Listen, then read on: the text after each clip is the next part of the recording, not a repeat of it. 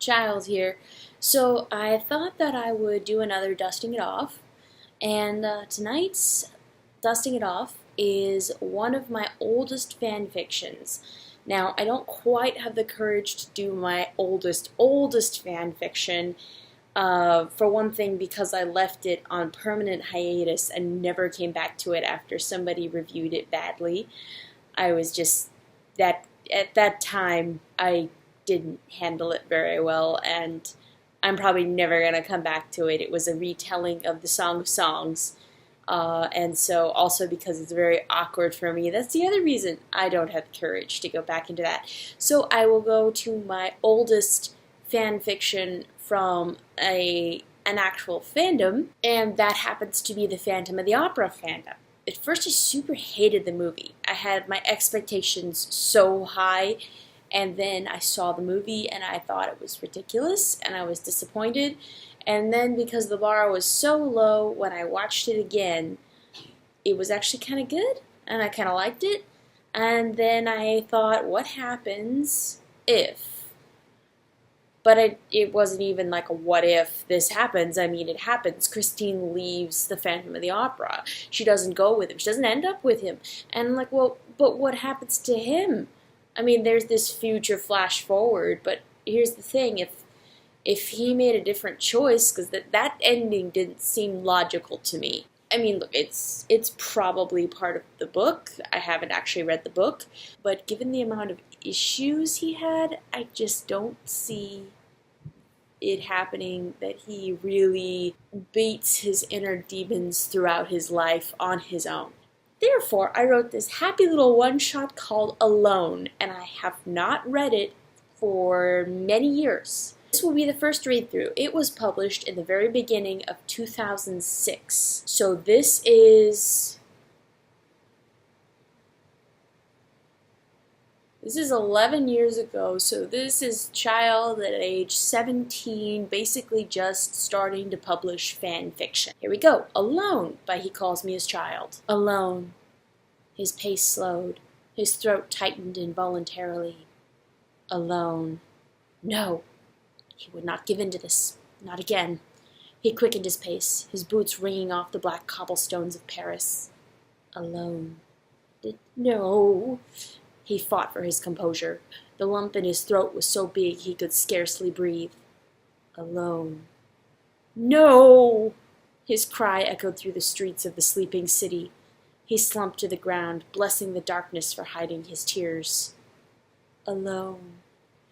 He sat in the cave. Okay, he's suddenly at the cave. I think normally here is where I would have put a line break to denote that some time had passed and he had changed from being in the streets of Paris to a cave, but okay, we'll go with going straight to the cave.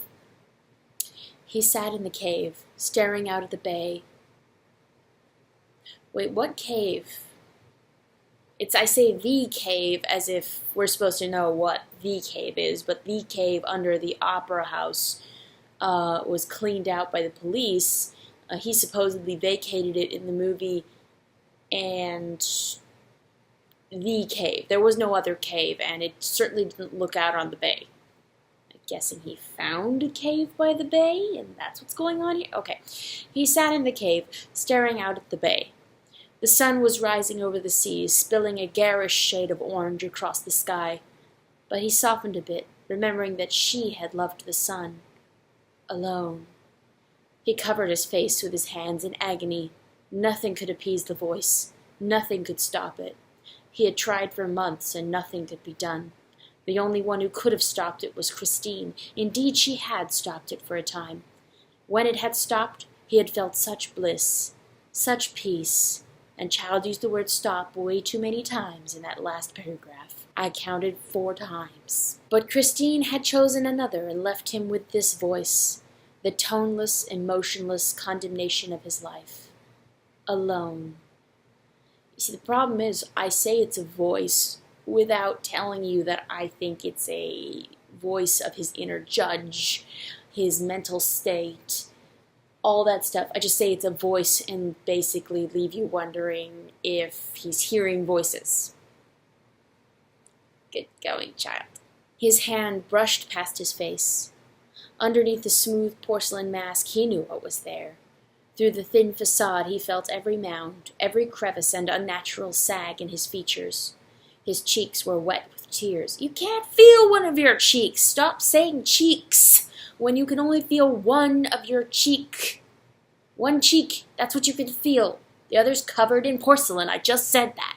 He flung himself to his feet and screamed at the sky.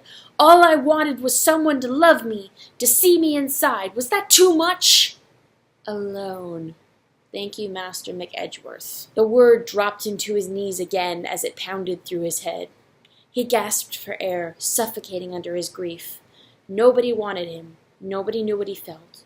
Nobody even knew he still lived. In that case, he rasped, nobody will care if I'm not here anymore. Rising to his feet, he grabbed a length of rope. Rising to his feet, he grabbed length of rope. Yay for checking your writing, child. It's okay, I still have this error in other, much more recent stories. Flaws. Rising to his feet, he grabbed length of rope. Seizing his quill, he penned a quick note on dried parchment. Is there wet parchment? He penned a quick note on dried parchment, then laid down his mask. Reconsidering, he snatched it back up and donned it again. Mustn't let them all see what you really are, he laughed sardonically. He disappeared into the depths of the cave. Scratched in black ink on the brittle parchment was one word. Alone. I don't know if you can tell, but I was really depressed. I do my best to insert hope into most of my stories lately, but dang! This child really had depression issues and really struggled with feeling unseen, and it came out in the characters I used to connect with, like Phantom of the Opera.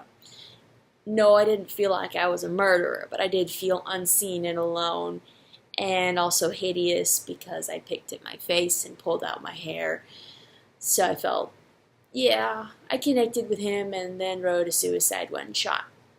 Wow, okay, so that was Alone. Oh, I forgot to read the description. The description is what happens to the Phantom when Christine leaves him to his inner demons. Well, apparently he just commits suicide because forget the end of the movie where he leaves a rose on her grave and all that. To me, honestly, though, although this is way too melodramatic, and honestly, it's not in character for him. If he did go commit suicide, I get the feeling he wouldn't be sobbing this melodramatically the entire time. That really was me.